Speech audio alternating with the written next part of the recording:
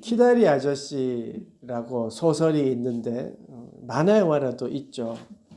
그 주인공 주디가 고아원에서 이제 자랐는데 그 세상에서 혼자인 그 주디를 이제 후원해 주는 사람이 있죠. 그래서 대학까지 후원해 줘서 주디가 한 달에 한 번씩 감사의 편지를 쓰는데 어느 날 얼굴을 보고 싶어서 막 뛰어나갔는데 먼저 나가고 긴 그림자만 보고 그래서 키다리 아저씨라는 별명을 지어 이제 자기 스스로 그렇게 부르고 지어 주지요. 주디는 그렇게 긍정적이고 아주 쾌활하게 이제 성장을 하는 그런 소설인데요. 키다리 아저씨를 아마 한 번씩은 다 들어보셨을 텐데 그분들을 이렇게 생각하면서 제가 모르긴 몰라도 한 번쯤은 여러분이 야 나도 한번 저런 키다리 아저씨 같은 후원자가 있으면 좋겠다라는 생각을 한 번씩은 해보셨을 거라는 생각이 듭니다. 누구나가 그러잖아요. 누가 큰 도움을 줬으면 좋겠다라는 생각을 갖게 되잖아요.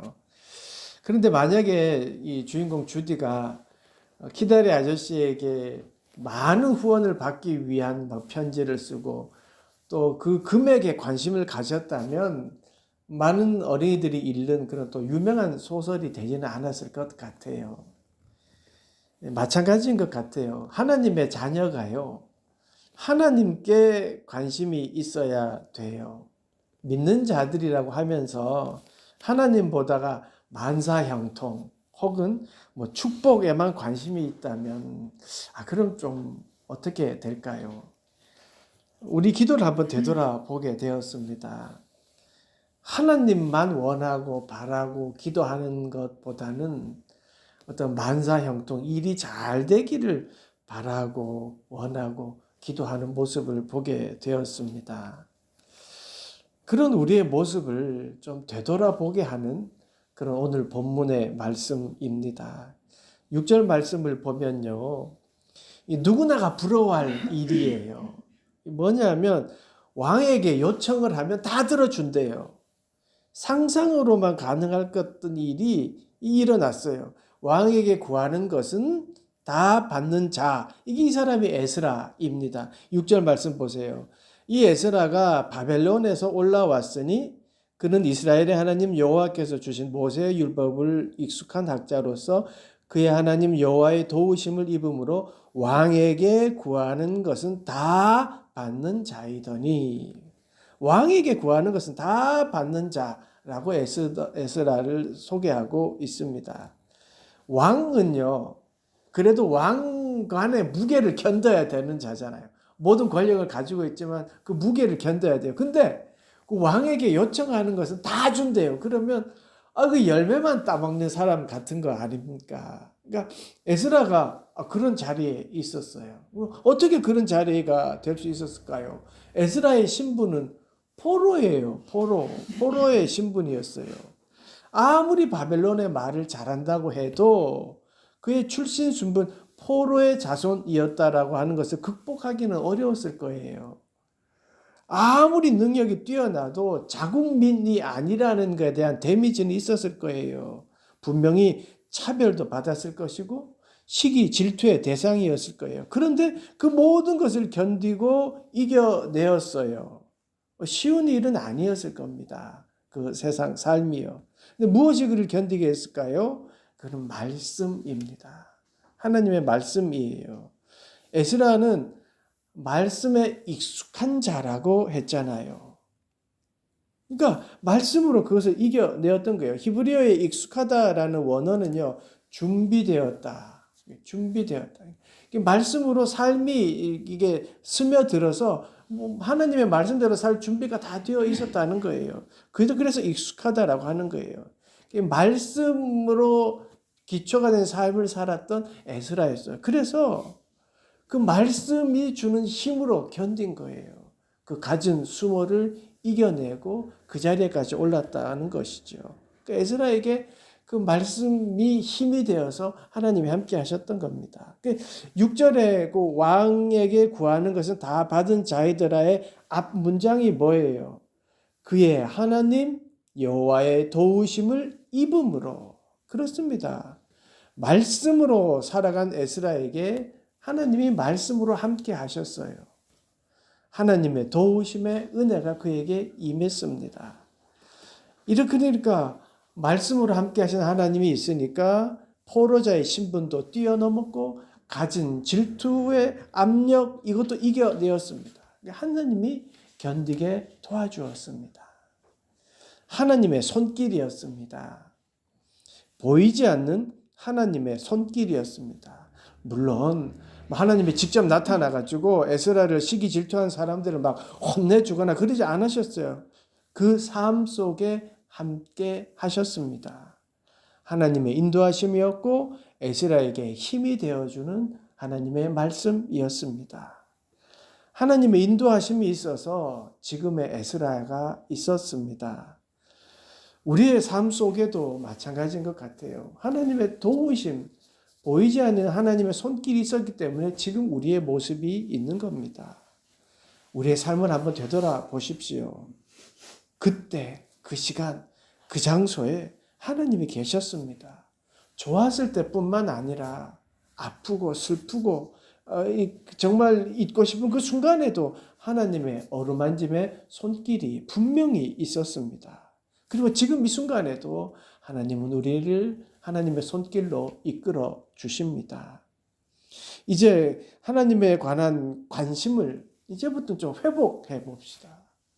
이전까지는 다른 것들, 어떤 일들 잘 되기를 구했다면 이제 하나님 자체에 한번 관심을 가져보자는 말씀입니다.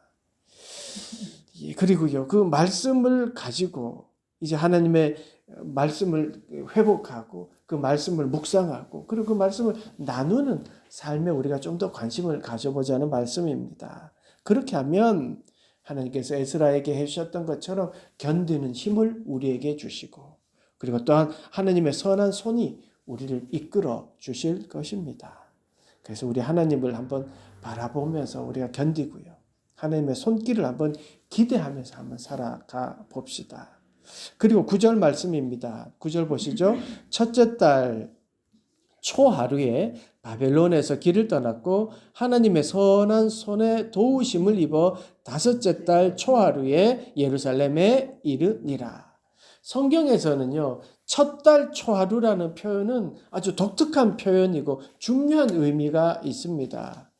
성경에서 초하루는요, 새로운 시작을 의미합니다. 가장 먼저 이 문구가 사용된 거는요, 창세기 8장에서 홍수 사건 이후에 이 문장이 사용되었고요. 그 다음은 출애굽 때와 성막 사건 이후에 이 문장이 사용돼요. 그러니까 공통적인 이 문구가 사용된 공통점이 있는데요. 그것은요, 이스라엘의 새 출발을 이야기할 때 꼭 이 문구를 사용합니다. 하나님은요, 이렇게 초하루에 바벨론에서 떠났다는 말. 그러니까 이스라엘에게 새 출발의 기회를 주신 거예요. 물론 이스라엘 백성이 우상을 숭배하고 결국 그렇게 돼서 포로 생활을 하게 되었지만 이제 하나님이 그 약속을 이루시고 새로운 출발을 하게 하신다는 말씀입니다. 이렇게 하나님은 에스라를 통해 말씀 위에서 하나님의 백성으로 다시 살아가고 예배자로 다시 세워주고 있습니다. 하나님을 믿는다는 게 그렇잖아요. 새로운 시작이잖아요. 하나님이 모를 때는요, 세상의 유행에 따라, 세상의 가르침에 따라 살아가잖아요. 그러다가 하나님을 알게 되면 어떻게 됩니까? 세상의 가르침이 아니라 하나님의 말씀에 따라, 말씀의 가르침에 따라 살아가게 되잖아요. 그러니까 옛 것을 버리고 새로운 길을 가는 거잖아요. 그러니까 새로운 길을 가니까 그 길이 낯설고 남들이 다 가는 길이 아니니까 어렵고 힘듭니다. 하지만 그 길이 맞잖아요. 그러니까 우리가 그 길을 걸어가는 겁니다. 그래서 새로운 길을 걸어가고 서로가 낯설고 힘들지만 그래서 하나님이 교회 공동체를 주셔서 서로 위로하고 칭찬하고 격려하면서 같이 그 길을 걸어가는 거지요. 에스라도 새로운 길을 선택한 거예요. 하나님의 말씀의 예언의 말씀을 믿고 예루살렘으로 향했어요. 에스라가 포로진 바벨론에서부터 예루살렘으로 이제 새로운 길을 갔잖아요. 첫째 달에 길을 떠나서 다섯째 달에 도착했다고 했어요. 거의 네다섯 달을 걸은 겁니다. 에스라가 왕에게 말을 하면 다 받는 그런 신분이었어요. 그 에스라가 걷는 게 익숙했을까요? 아니요. 그렇지 않았을 거예요. 근데 그 에스라가 다섯 달을 걸었습니다. 그 자체가 익숙하지 않고 고난의 길이었어요. 고통이었을 거예요. 하지만 말씀을 붙잡고 끝까지 걸어서 예루살렘에 도착했습니다.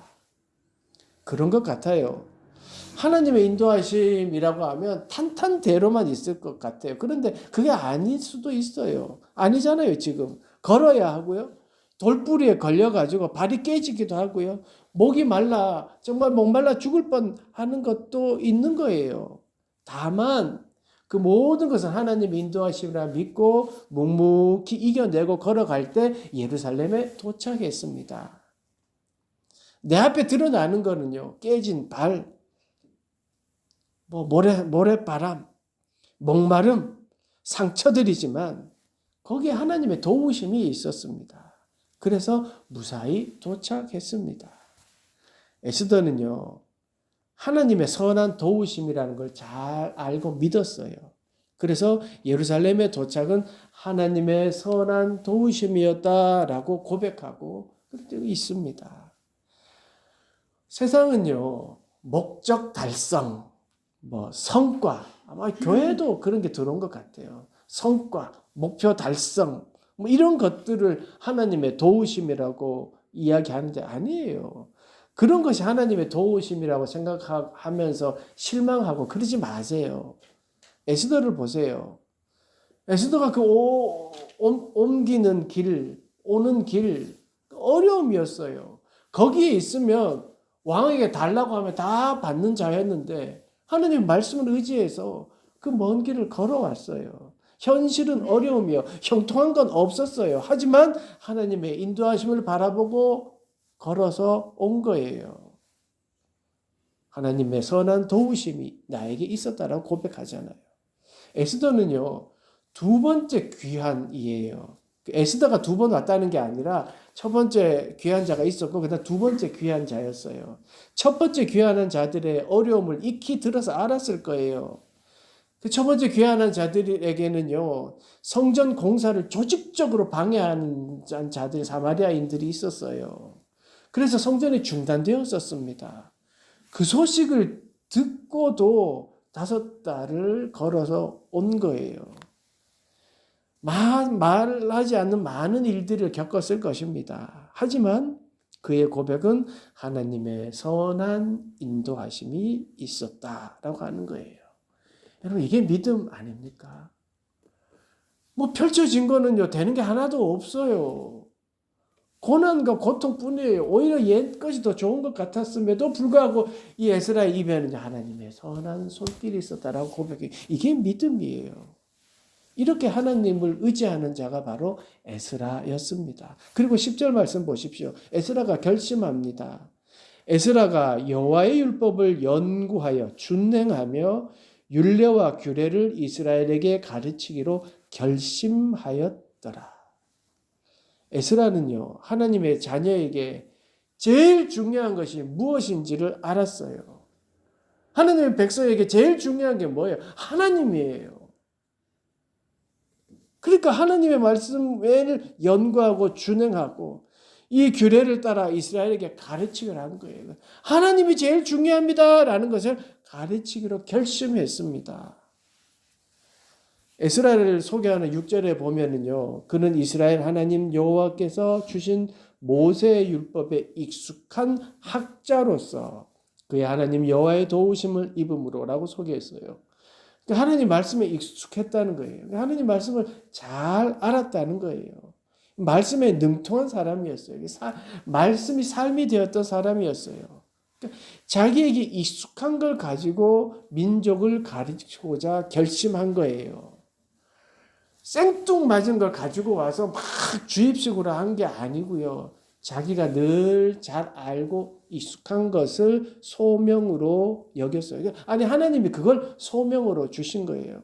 그걸 사명으로 알고 그 일에 열심히 하기로 결심한 거예요. 여러분, 여러분에도 각자의 소명이 있잖아요.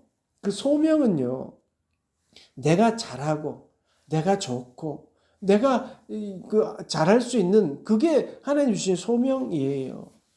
감정적으로 막 하나님이 시키셨다, 뭐 하나님이 해야 된다, 뭐 이러는 사람들이요. 오늘 본문 말씀을 읽었으면 좋겠어요.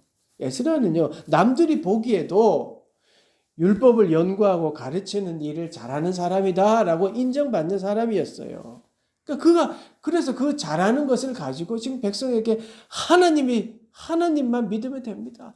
하나님 이스라엘의 백성에게는 하나님이 중요한 겁니다라고 지금 잘 가르치겠다고 결심하고 있습니다. 어떻게 보면 성전 재건이라는 것은 표면적인 것뿐이고요. 중요한 것은 하나님의 말씀에 순종하는 일이었던 거예요.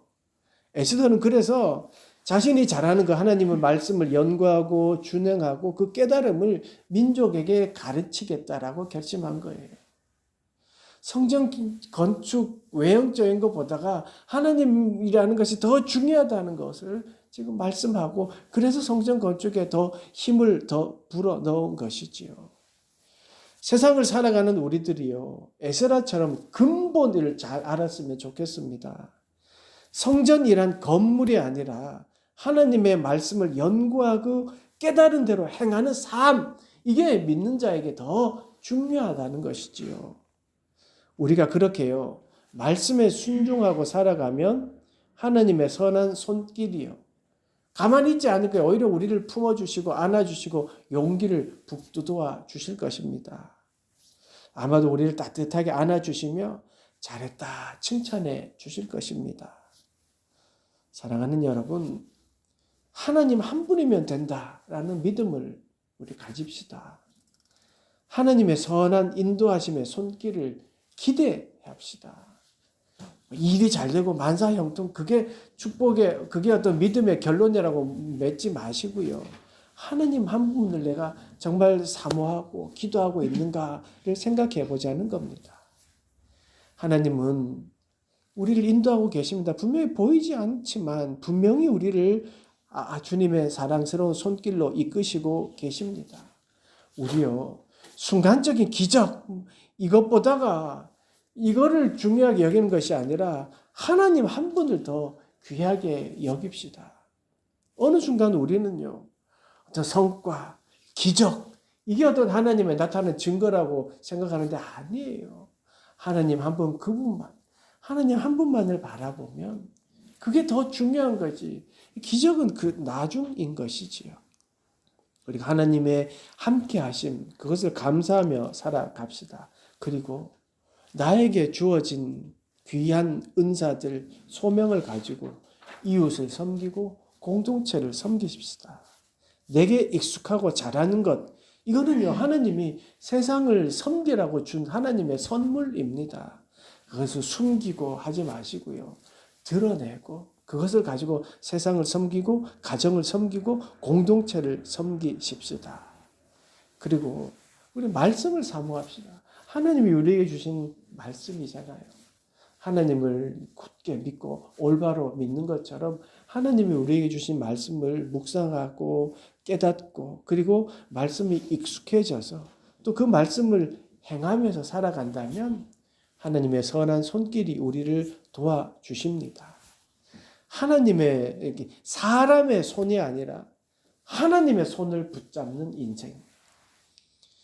그 손을 하나님이 붙들어 주시면 그러면 하나님이 우리를 세워주시고 삶 속에서 우리를 또 이끌어 주실 것입니다.